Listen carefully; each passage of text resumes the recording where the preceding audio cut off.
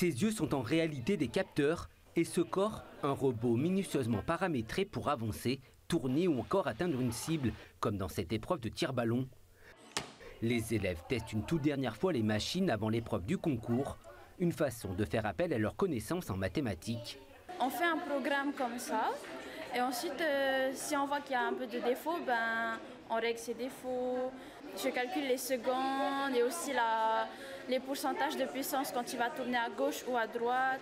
En classe de technologie, ces apprentis ingénieurs ont monté et préparé ces appareils autonomes.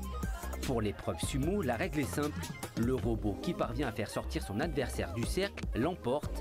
Pour viser la victoire, les élèves ont même conçu des équipements spéciaux.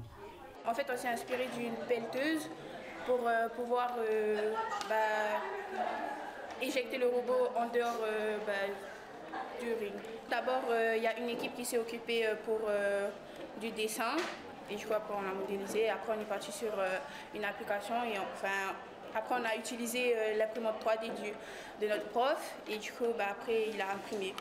Ce concours de robotique est un premier pas dans le monde de l'innovation.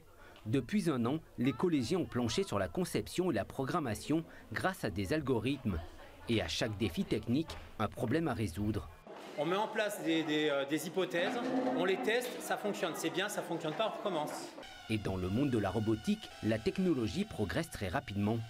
Les robots apprennent de nos erreurs.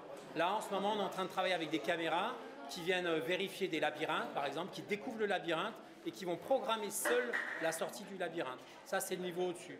Ces élèves, eux, doivent encore faire travailler leur méninge pour rectifier la trajectoire de leur robot. Des fois, ils se prenaient le mur. On se disait que c'était à cause d'un fil qui passait devant le capteur. Du coup, on l'a réglé. On a mis du scotch. Là, si ça marche, c'est bon. Des robots, des drones et d'autres technologies.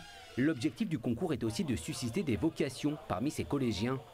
Autour de ces stands, les élèves s'informent des filières disponibles au Fénois pour étudier les technologies industrielles et pourquoi pas s'orienter vers les métiers de l'innovation.